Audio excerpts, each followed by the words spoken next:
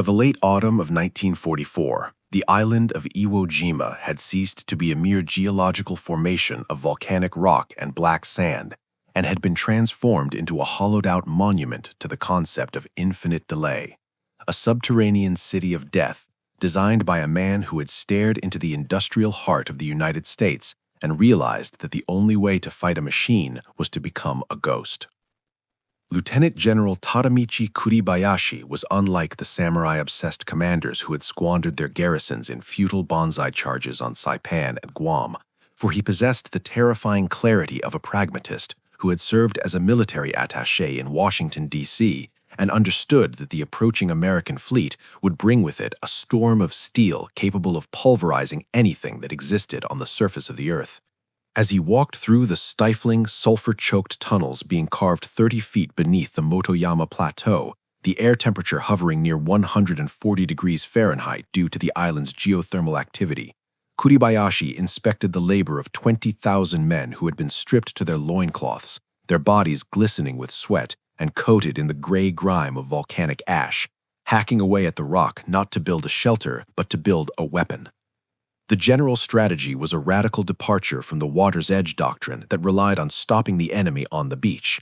Instead, he issued a revolutionary set of courageous battle vows that forbade the suicidal bayonet charges of the past and mandated a war of attrition where every soldier was expected to kill 10 Americans before dying, a grim calculus that required the garrison to vanish from sight. Under the supervision of his chief engineer, Major Taniguchi, the Japanese troops utilized the island's own geology against the invaders, discovering that the soft volcanic stone could be mixed with cement to create a concrete of exceptional durability, which they used to reinforce a labyrinth of tunnels that would eventually span 11 miles, connecting underground barracks, command posts, hospitals, and ammunition dumps into a single cohesive organism that could survive the heaviest naval bombardment in history.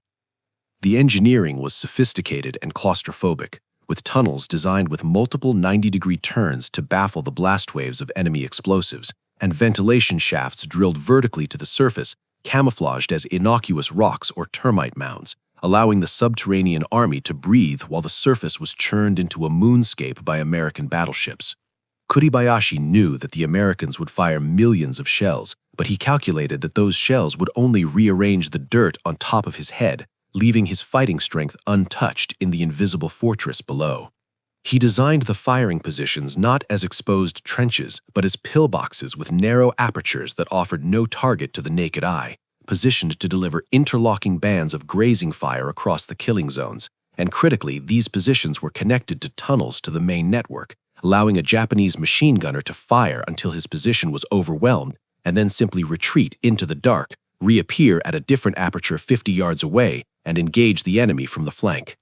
The psychological toll of the construction was immense, as men collapsed from heatstroke and sulfur gas poisoning, yet the work continued with a fanaticism born of desperation, driven by the knowledge that the American task force gathering at Ulithi was bringing enough firepower to sink the island.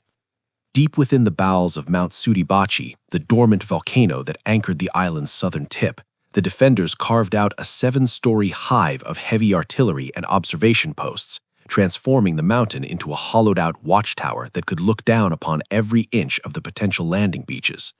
To the American reconnaissance planes flying high overhead, taking thousands of photographs in preparation for the invasion, Iwo Jima appeared quiet, almost deserted, a brown, ugly scab of rock in the Pacific with few visible fortifications, a deception that led intelligence officers to underestimate the defensive strength by a fatal magnitude. They saw the few trenches and dummy positions Kuribayashi had left on the surface as bait, but they could not see the hospital cave capable of holding 400 wounded men, nor could they see the generator rooms, the water cisterns, or the thousands of eyes watching from the dark slits in the cliff faces. As December bled into January of 1945, the digging stopped only for drills, where soldiers practiced running through the dark arteries of their island, memorizing the blind corners and the escape routes, preparing to enact a strategy that would trade space for time and blood for blood. Kuribayashi wrote letters home knowing he would never return, but he took solace in the architectural perfection of his trap, confident that when the Marines finally stepped onto the black sands, they would not be fighting an army they could see, but an island that would open up and swallow them whole, forcing them into a war where their battleships and bombers were rendered impotent by the crushing depth of the earth. The prelude to the invasion of Iwo Jima was a display of industrial violence that, by all conventional military logic, should have sterilized the island of all biological life as the United States Navy unleashed the heaviest pre-landing bombardment in the history of warfare against a target area of only 8 square miles.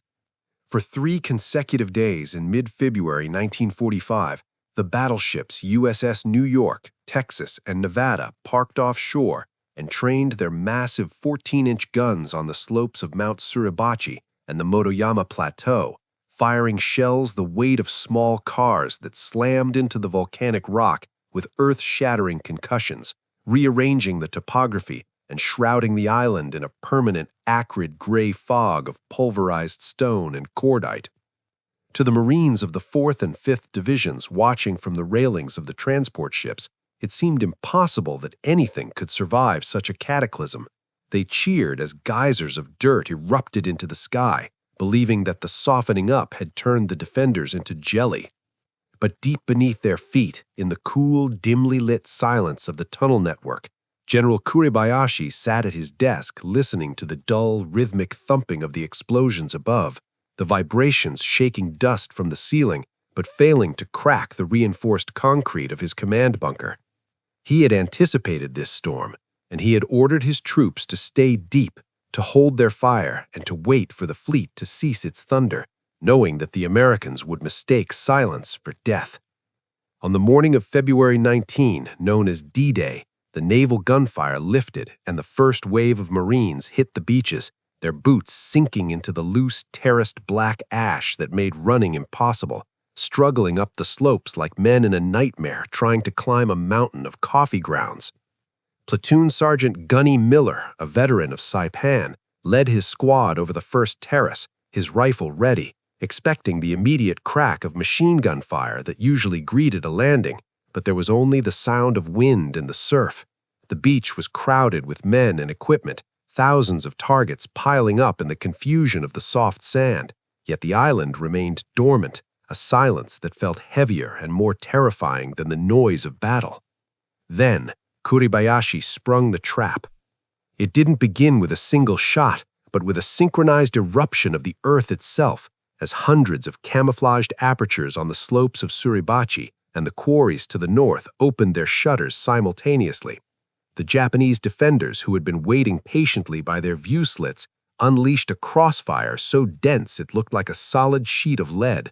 Miller threw himself flat into the ash as the man next to him simply disintegrated, hit by a 47mm anti-tank round fired from a position that to the naked eye appeared to be just another rock.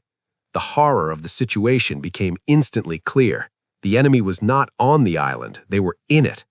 Miller watched as a Marine flamethrower team attempted to attack a pillbox on the right flank. They poured fire into the slit, blackening the concrete, but as soon as they moved on, the same gun opened fire again, cutting them down from behind. The Japanese gunners had simply retreated into the tunnel when the flame came, waited for it to burn out, and then reoccupied the position, using the honeycombs to move faster underground than the Marines could move on the surface. The support weapons arrived, Sherman tanks and 37mm guns, and began blasting the visible fortifications, their high explosive shells smashing the concrete bunkers, but the effect was maddeningly temporary. A tank would blow a hole in a cave entrance, collapsing the rock, but the Japanese would simply clear the debris from the inside or shift to a secondary firing port 50 feet away. The massive naval guns offshore, capable of sinking battleships, found themselves impotent against the geology. A 16-inch shell could blast a crater 40 feet deep, but it could not turn a corner in a tunnel, and the shock waves were absorbed by the porous volcanic rock that acted like a natural shock absorber. Miller and his men were fighting a phantom enemy who popped up from spider holes to drop a grenade and then vanished back into the earth before a rifle could be raised.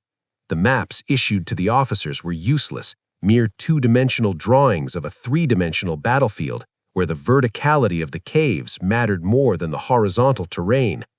As night fell on the first day, with thousands of Marine casualties littering the black sand, The grim realization settled over the command posts.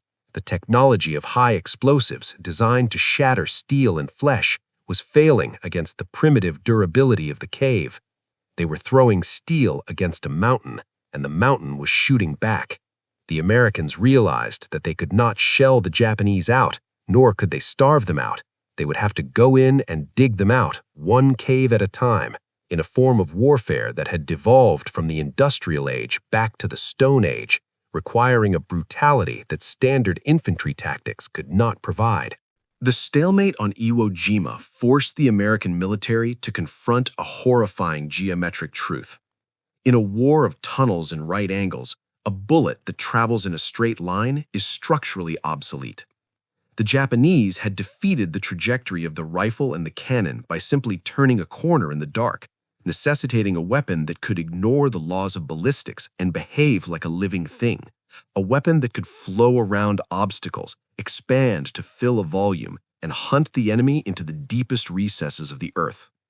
The solution arrived in the form of a gelatinous brownish sludge known as napalm, a chemical concoction of gasoline thickened with aluminum naphthenate and aluminum palmitate, developed by chemists at Harvard who had inadvertently created the most terrifying substance in the history of infantry warfare.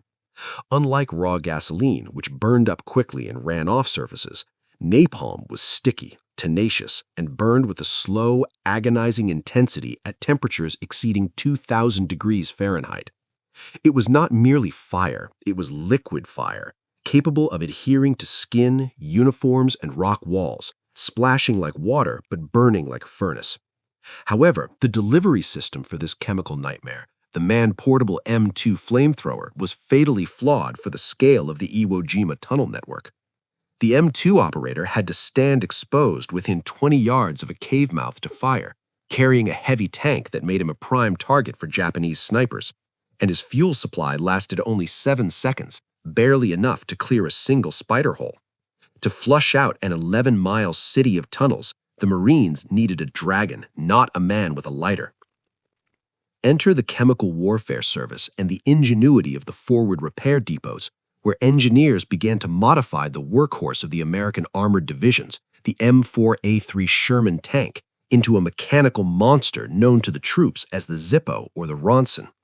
The conversion involved a radical surgery of the tank's offensive capabilities. The 75mm main gun, designed to punch through German steel, was often removed or fitted with a dummy barrel, and in its place, engineers installed the POACWS H1 flamethrower, Pacific Ocean Area's Chemical Warfare Service, a massive nozzle connected to a high-pressure pump system. Inside the hull, the ammunition racks were stripped out to make room for huge reservoirs containing 300 gallons of napalm mix, pressurized by compressed air cylinders. The result was a weapon of industrial-scale incineration. Unlike the infantry flamethrower, which spat a short, bushy puff of fire, the Zippo tank could project a coherent rod of burning liquid over 150 yards, the length of a football field, allowing the tank to sit comfortably out of range of Japanese satchel charges while pumping fire directly into the enemy's throat. The physics of a Zippo attack were uniquely suited to the subterranean battlefield. When the operator squeezed the trigger, the nozzle didn't just shoot fire. It shot a stream of unlit liquid that ignited as it left the barrel, creating a wet flame that splashed against the cave entrance. Because the fuel was a liquid gel, it didn't stop at the wall. It ricocheted, splashing around corners and coating the interior walls of the tunnel, carrying the fire deep into the dark sanctuary that bullets couldn't reach. But the true horror of the weapon lay in its secondary effect, a phenomenon the chemical officers called asphyxiation via oxygen depletion. The combustion of such a massive volume of napalm within a confined space instantly consumed all the available oxygen in the tunnel system, creating a vacuum that sucked the air out of the lungs of anyone hiding deep inside, even if the flames never touched them. The Japanese defenders, huddled in their bomb-proof bunkers 50 feet underground, would suddenly find their candles flickering out and their chests heaving in panic as the air turned to carbon monoxide. The Zippo didn't just burn the enemy, it suffocated the mountain itself. As the first of these flame-throwing tanks rumbled toward the lines at the meat grinder, their turrets traversing toward the cliff faces, They represented the final escalation of the Pacific War, a shift from the tactical aim of neutralizing the enemy to the total elemental destruction of the environment they inhabited. The invisible fortress of General Kuribayashi was proof against high explosives, but it had a fatal weakness. It needed air to breathe, and the Americans had just brought a machine designed to choke it to death. By the second week of March 1945, the battle for Iwo Jima had devolved into a slow, grinding siege centered around a rocky amphitheater of death known as the Meat Grinder, where the 4th Marine Division was losing men at a rate that threatened to break the unit's cohesion. The Japanese defenders, entrenched in the labyrinthine tunnels of the Hill 382 complex, had effectively stopped the American advance using their shoot-and-scoot tactics, appearing from hidden apertures to cut down a squad of Marines and then vanishing before return fire could be effective. It was here, in the shadow of the Turkey Shoot ridges, that the Americans finally perfected the tactical synthesis that would break the deadlock, a brutal two-step choreography of destruction that became known in the history books as Corkscrew and Blowtorch. This was not a fair fight, nor was it intended to be. It was an industrial extermination protocol designed to bypass the code of Bushido by denying the enemy the opportunity to die fighting. The Blowtorch was the M4A3 Zippo tank, and the Corkscrew was the demolition team of the combat engineers, and together they formed a symbiotic killing machine that methodically erased the subterranean network one entrance at a time. The operation began with a deceptive lull as the riflemen pulled back, clearing the lanes of fire for the massive, clanking bulk of the Zippo tank as it ground its way over the basalt rocks, its turret traversing toward the black maw of a Japanese cave entrance that had been spitting machine gun fire only moments before. Inside the cave, the Japanese gunners braced themselves, expecting a high-explosive shell that they could weather in the safety of the rear gallery, but the tank did not fire a shell. Instead, the main gun nozzle emitted a guttural, hissing roar, and a coherent rod of orange liquid lashed out across the gap, splashing into the cave mouth with the violence of a fire hose. The blowtorch phase was terrifyingly thorough. The operator swept the stream back and forth, painting the rock walls with sticky burning gel that flowed like lava, ignoring the geometry of the tunnel. Deep inside, the Japanese soldiers experienced a horror that transcended physical wounding. The initial blast of heat was intense enough to blister skin 50 feet away, but the true killer was the atmospheric pressure drop. As the napalm consumed the oxygen, the air rushed out of the tunnel toward the fire, creating a wind that dragged men toward the entrance even as they tried to flee deeper. The screams of the burning were silenced almost instantly by the vacuum, leaving only the roar of the fire and the dull thud of bodies hitting the floor as they suffocated in the dark. But the fire was only the anesthesia. The surgery was yet to come. While the cave mouth was still smoking, the heat radiating in shimmering waves, the Corkscrew team made their move. A squad of combat engineers, weighed down with satchel charges containing 20 pounds of high-explosive C2 or TNT, sprinted from the cover of the tank toward the blackened entrance. They did not enter the cave, that was suicide, but instead worked at the threshold with the practiced speed of demolition experts. They hurled the charges deep into the throat of the tunnel, or in some cases placed them carefully against the rock archway of the entrance, setting the fuses for a short delay. "Fire in the hole!" The shout was followed by a sharp, cracking explosion that lacked the cinematic fireball of the movies, but possessed a terrifying geological finality. The blast shattered the rock integrity of the entrance, bringing tons of basalt crashing down to seal the opening or shifting the earth to cover the vent. In cases where explosives were insufficient, the Seabees brought up armored bulldozers, their massive blades pushing mounds of volcanic ash and dirt over the cave mouth, burying it under a suffocating weight of earth. The result was a silence that was more disturbing than the noise of the battle. There was no surrender, no prisoners, and no bodies to count. The cave had simply ceased to be a fighting position and had become a tomb.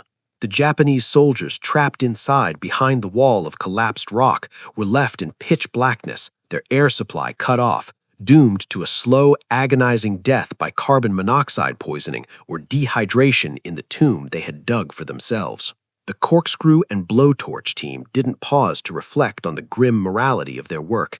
They simply checked their maps, reloaded the napalm tanks, and moved 50 yards to the next aperture to repeat the process. It was a method of warfare that stripped the Japanese defender of his agency. He could not die for the emperor, he could not take an American with him, he could only be extinguished like a pest in a hive. The psychological impact on the surviving Japanese in adjacent tunnels was devastating as they listened to the muffled thuds of their comrades being sealed in, knowing that the mechanical dragon was inching closer to their own air vent, bringing with it the liquid fire that would turn their fortress into their grave. By June 1945, the tactic that had been improvised in the desperation of Iwo Jima had been refined into a standard operating procedure on the blood-soaked ridges of Okinawa, transforming the final battle of the Pacific War into a methodical exercise in subterranean extermination. The Corkscrew and Blowtorch was no longer a frantic reaction to an ambush. It was a cold, administrative process carried out by the 10th Army with the efficiency of a pest control operation. The landscape of southern Okinawa, particularly the escarpments of the Shuri Line, was pockmarked with thousands of black scars where flamethrowers had scorched the earth, and thousands of fresh mounds of dirt where bulldozers had redrawn the map to hide the entrances to the Japanese underworld. Private First Class Stevens, a 19-year-old replacement who had arrived expecting the glorious bayonet charges he had seen in newsreels, found himself instead standing guard over a silent, sealed cave on Hacksaw Ridge, staring at a pile of rocks that marked the grave of perhaps 50 or perhaps 500 enemy soldiers. There was no way to know, and the army had stopped counting. The silence that hung over the ridge was not peaceful, it was heavy and sickening, broken only by the hum of the flies and the occasional hiss of gas escaping from a fissure in the ground, the telltale sign that the sealed tomb was decomposing from the inside. Stevens watched as a combat engineer team packed up their gear, their faces masked with handkerchiefs not against the dust, but against the smell, a cloying, sweet stench of rotting flesh mixed with sulfur and unburnt napalm that permeated the entire island, a scent that would haunt the nightmares of a generation of Marines long after the guns fell silent. The legacy of the Cave War was visible in the statistics that the intelligence officers tallied in their tents. On Iwo Jima, of the 21,000 Japanese defenders who had garrisoned the island, only 216 were captured alive during the battle. The rest were not merely killed in action, they were entombed. The Japanese strategy of digging in, designed to force the Americans to pay a butcher's bill for every inch of ground, had backfired in the most horrific way imaginable. By retreating into the earth to escape the artillery, they had removed themselves from the maneuver warfare that allowed for retreat or surrender. They had locked themselves in a concrete box, and the Americans, realizing they could not unlock it, simply welded the door shut. The cave networks, masterpieces of engineering with their ventilation shafts and hospitals, had turned into mass graves where the hierarchy of the Imperial Army dissolved in the dark. Years later, when Japanese bone collection teams returned to these islands to excavate the sealed entrances, they found scenes of apocalyptic despair. Mummified bodies huddled around unlit lanterns, diaries with final entries scribbled in the dark as the oxygen ran out, and officers who had committed ritual suicide rather than suffocate. The safety of the cave had been a cruel illusion. The earth provided protection from shell fragments, but it offered no defense against the physics of fire and air displacement. The corkscrew and blowtorch tactic also marked a profound psychological shift in the American approach to the war. The frustration of fighting an invisible enemy who refused to surrender had stripped away the last vestiges of chivalry. There was no room for mercy when a dead bunker could shoot you in the back. The tank crews operating the Zippos and the bulldozer operators burying the caves ceased to see the enemy as individual soldiers. They were simply a hostile infestation that had to be burned out to make the island safe. This dehumanization was the inevitable result of the Japanese defensive doctrine. By refusing to fight on the surface, the Japanese forced the Americans to turn war into an industrial process of earth-moving and incineration. The final image of the campaign is not a flag being raised or a treaty being signed, but the view from a reconnaissance plane flying low over the southern tip of Okinawa. The ground is scarred and broken, devoid of trees, smoke rising from 1,000 vents in the coral. Down below, a lone armored bulldozer pushes a final mountain of dirt over a cave mouth, sealing it forever. The driver doesn't look back. He simply shifts gears and moves to the next hole.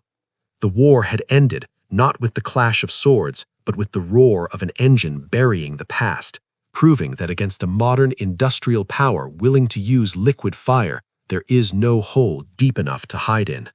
The caves of the Pacific remain there to this day, silent, concrete tombs, holding the bones of an empire that thought it could defeat the future by digging into the past.